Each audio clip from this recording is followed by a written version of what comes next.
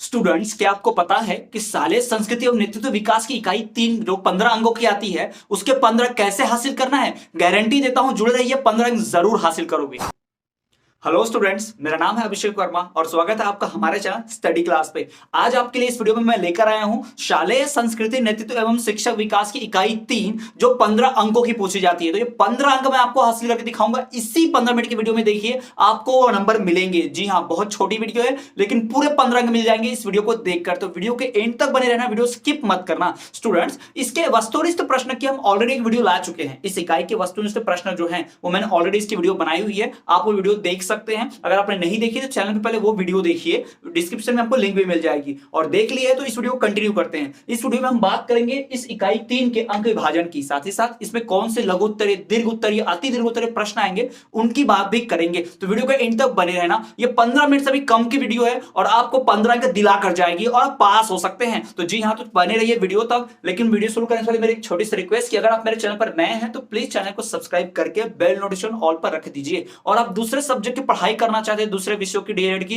तो playlist check कीजिए। Playlist में हर सब्जेक्ट की वीडियो आपको मिलेगी। जी हाँ, प्लेलिस्ट में विभिन्न सब्जेक्ट की वीडियो बनी हुई है, आप ऑलरेडी देखकर तैयारी कर सकते हैं। तो चलिए बिना किसी देरी के बढ़ते हैं और देखते हैं इसका अंक विभाजन। तो इस इकाई 3 जिसका नाम है शाला नेतृत्व और प्रबंधन, नाम ही शाला नेतृत्व, तो अभी बता देता हूं कि नेतृत्व के ऊपर बहुत सवाल पूछेगा। गारंटी है नेतृत्व से जुड़ा हुआ एक सवाल आएगा ही आएगा। और मैं अभी 3 सवाल बताऊंगा, 3 सवाल और उनके उत्तर। उस 3 में से एक 5 नंबर, 4 नंबर, 3 में से कोई आएगा ही आएगा। जी हाँ, 4 और 3 नंबर की गारंटी है कि उसमें से एक सवाल, 3 में से एक सवाल 4 या 3 अंक के लिए पूछेगा ही पूछेगा। तो जी हाँ, नेतृत्व से जुड़ा हुआ सवाल होगा। चलिए पहले अंक विभाजन की बात करते हैं। कुल अंक आवंटित है 15।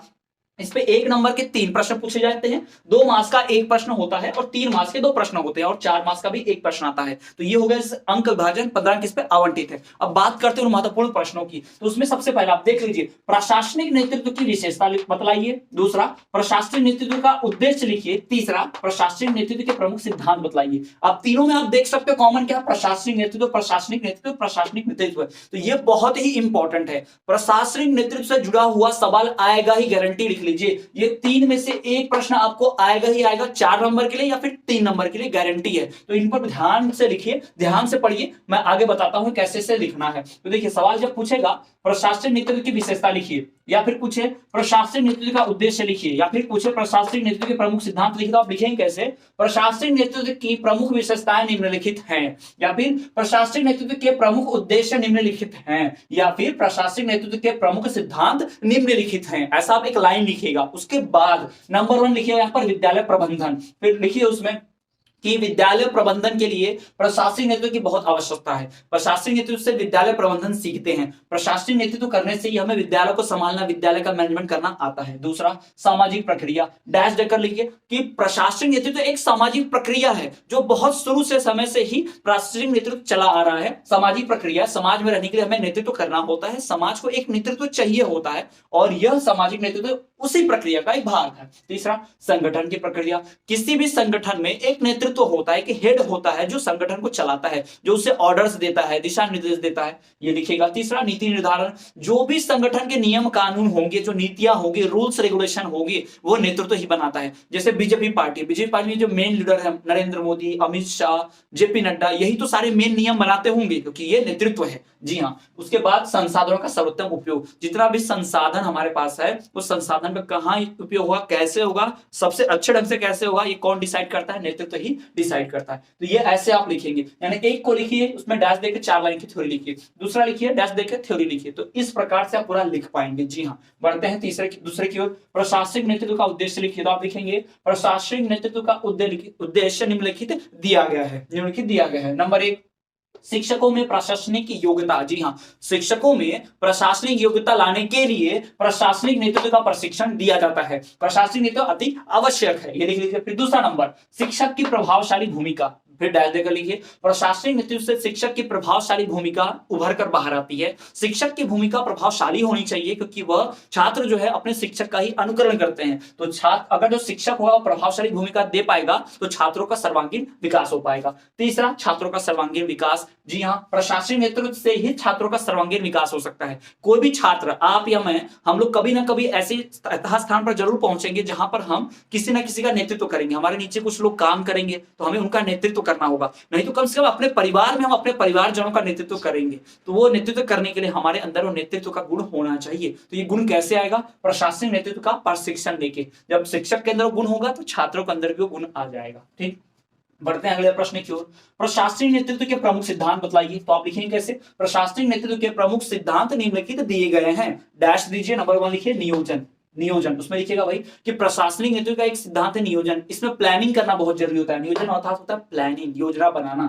ठीक, योजना बनाकर ही जो प्रशासनिक नेतृत्व वो सफल बनाया जा सकता है। दूसरा लिखिए नीति निर्माण। भाई नीति निर्माण यानी कि नीतियों का निर्माण यानी कि नियम कानून बनाकर ही प्रशासनिक नेतृत्व चलता है। सहभागिता, साथ मिलजुल कर काम करना, उसमें सहभाग लेना, पाठ भाग लेना। निर्देशन एवं परामर्श यानी जो नेतृत्व होगा, जो हेड होगा, उदाहरण के तौर पर प्रिंसिपल, हेडमास्टर, वो निर्देश देता है कि ये काम करो, ये शिक्षक किस कक्षा में जाएगा पढ़ाने, उसमें जाएगा, ऐसा। लेकिन वो सजेशन, परामर्श भी लेता है कि बताइए कि मुझे क्या करना चाहिए, छात्रों को बढ़ाने के लिए, स्कूल को और बढ़ाने के लिए क्या करना चाहिए, तो परामर्श भी लेता है। साथ ही साथ आदर्श व्यवहार, वो अपने व्यवहार से दूसरों के सामने एक एग्जाम्पल, एक आदर्श सेट करता है कि हाँ ऐसा व्यवहार करो, ऐसे रोज टाइम पर आओ स्कूल, जैसे मैं रोज टाइम पर आता हूं। तो ये ऐसा कुछ होना चाहिए नेतृत्व के अंदर। और संगठन, एक टीम बनाना, एक संगठन बनाना इन्हीं का कार्य है। अगला देखिए, पेडागोजिकल नेतृत्व पर एक संक्षिप्त टिप्पणी लिखिए। जो पेडागोजिकल नेतृत्व है उस पर एक संक्षिप्त टिप्पणी लिखिए। तो पेडागोजिकल नेतृत्व क्या होता है? तो पेडागोजिकल नेतृत्व का अर्थ होता है विषयागत क्षेत्र का नेतृत्व, यानी विषय के हिसाब से क्षेत्र का नेतृत्व करना। जी हाँ, पेडागोजिकल नेतृत्व का अर्थ होता है विषयागत क्षेत्र का नेतृत्व करना। इसमें विशेषज्ञ शिक्षक की आवश्यकता होती है, क्योंकि भाई अगर आपको किसी क्षेत्र में जाना है तो उस क्षेत्र के किसी विशेषज्ञ को नहीं ले जाओगे तो आपको पता नहीं चलेगा। ठीक, दूसरा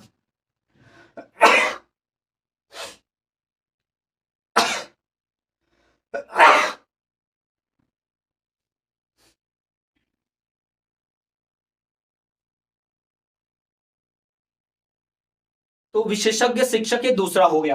तीसरा विषयाध्यापक। जी हाँ, एक पर्टिकुलर विषय, एक खास विषय के अध्यापक को लेकर जाना होगा जो इस विषय को पढ़ाता हो, उसकी जानकारी रखता हो। क्योंकि एक जो विषयाध्यापक होता है उस विषय को कई वर्षों से पढ़ा रहा होता है, तो उस विषय का विशेषज्ञ वही होता है, वो उसके बारे में खास जानकारी रखता है, तो उसे भी इस क्षेत्र में, पेडागोजिकल क्षेत्र में ले जाना चाहिए। साथ ही साथ प्रयोगशालाएं, यहाँ प्रयोगशालाओं का निर्माण किया जाता है। आज के समय में पेडागोजिकल यानी होता है एकदम डिटेल में जानकारी, तो पेडागोजिकल यानी डिटेल में जानकारी के लिए नए नए संसाधनों का इस्तेमाल होता है, जैसे कि रसायन कक्ष, प्रयोगशालाएं, अतिरिक्त कक्षा, इन सब स्मार्ट क्लास, इन सब चीजों की जरूरत पड़ती है। तो ये पेडागोजिकल क्या हो गया? नेतृत्व हो गया। पेडागोजिकल नेतृत्व का अर्थ होता है विषयागत क्षेत्र का नेतृत्व करना। विषयागत यानी विषयवार, विषय के हिसाब से क्षेत्र का नेतृत्व किया जाना चाहिए, ये पेडागोजिकल नेतृत्व है। तो ये 4 सवाल जो मैंने आपको बताए हैं, इन 4 सवाल में से 3, शुरू के 3, इनमें से एक आएगा, गारंटी है 100%, चाहे वो 3 नंबर के लिए आ जाए चाहे 4 नंबर के लिए आ जाए, आएगा ही आएगा। जी हाँ, ये 3 में से कोई एक तो आएगा ही आएगा, लिखकर रख लीजिए। तो ये हो गए मोस्ट इंपोर्टेंट क्वेश्चंस। चलिए अब बढ़ते हैं, कुछ लघु उत्तरीय और दीर्घ उत्तरीय प्रश्न और देख लेते हैं जो परीक्षा में आने की पूर्ण संभावना है।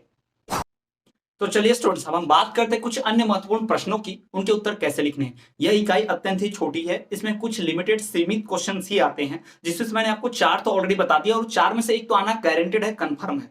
उसके बाद में कुछ अन्य इंपॉर्टेंट क्वेश्चन बताता हूं, जैसे कि टीम बनाना क्यों आवश्यक है, ये भी पूछ सकता है। तो टीम बनाना क्यों आवश्यक होता है आप आसानी से लिख सकते हैं, आपको पता होता है, आप अपने सामान्य ज्ञान का इस्तेमाल करते हुए उत्तर लिख सकते हैं, अच्छे नंबर मिलेंगे। साथ ही साथ टीम नेतृत्व को किस प्रकार टीम का निर्माण करना चाहिए, टीम का निर्माण करते वक्त देखना चाहिए कि नेतृत्व करने की क्षमता हो, अनुभवी भी हो, कुछ जोशीले लोग भी हो, युवा लोग भी हो, ये सारी बातें। शालेय शिक्षा में परिवर्तन लाने तो नेतृत्व की आवश्यकता लिखिए। भाई नेतृत्व क्यों जरूरी है? दिशा निर्देश देने के लिए, परामर्श के लिए, अनुशासन बनाए रखने के लिए। तो इस प्रकार के कई ऐसे सवाल हैं जो आपको लिख सकते हैं, आप अपने ज्ञान का, अपने नॉलेज का इस्तेमाल करते हुए लिख सकते हैं। तो बहुत ही इंपॉर्टेंट इकाई, और ये मैंने 3 प्रश्न आपको बताए। अब आपको लिखना है टीम बनाना क्यों आवश्यक है, तो आप लिख सकते हैं कि टीम क्या क्या कार्य करती है, टीम से क्या क्या होता है, ये आप उत्तर लिख सकते हैं, उसके पश्चात आप बताएंगे इन्हें। ठीक, डिटेल में टीम नेतृत्व को किस प्रकार टीम का निर्माण करना चाहिए, अच्छी टीम, जोशीली टीम, युवा टीम, जिसमें अनुभव भी हो, युवा का जोश भी हो, साथ ही साथ अनुशासन भी हो, अपने लक्ष्य के लिए सुदृढ़ हो, ऐसी कई बातें हम लिख सकते हैं। तो इस प्रकार से स्टूडेंट्स ये और भी मोस्ट इंपोर्टेंट क्वेश्चंस हो गए। तो ये इकाई यहीं पर खत्म होती है। आपसे मिलेंगे इसके वस्तुनिष्ठ प्रश्न लेकर, जिसमें इस इकाई के सारे वस्तुनिष्ठ प्रश्नों की भी हम जानकारी लेंगे और लघु उत्तर प्रश्नों की जानकारी लेंगे। तो बने रहिए इस चैनल पर, देखते रहिए स्टडी क्लास। अगर आपको मेरी मेहनत जरा सी पसंद आई है तो चैनल को सब्सक्राइब करके बेल नोटिफिकेशन को ऑल पर रख दीजिए। साथ ही साथ दूसरे विषयों की पढ़ाई के लिए आप चैनल की प्लेलिस्ट चेक कीजिए, आपको प्लेलिस्ट में सभी विषयों की वीडियो मिल जाएगी। तो चलिए स्टूडेंट, बिना किसी देरी के मिलते हैं आपसे अगले वीडियो में। इस वीडियो में इतना ही। स्टूडेंट्स, अगर आप हमें अन्य सोशल मीडिया से फॉलो करना चाहते हैं तो आप हमें सोशल मीडिया पे फॉलो कर सकते हैं। हम इस वीडियो के डिस्क्रिप्शन में आपको लिंक मिलेगी। आप हमें टेलीग्राम, फेसबुक, इंस्टाग्राम पे फॉलो करना ना भूलें। हम हर जगह हैं।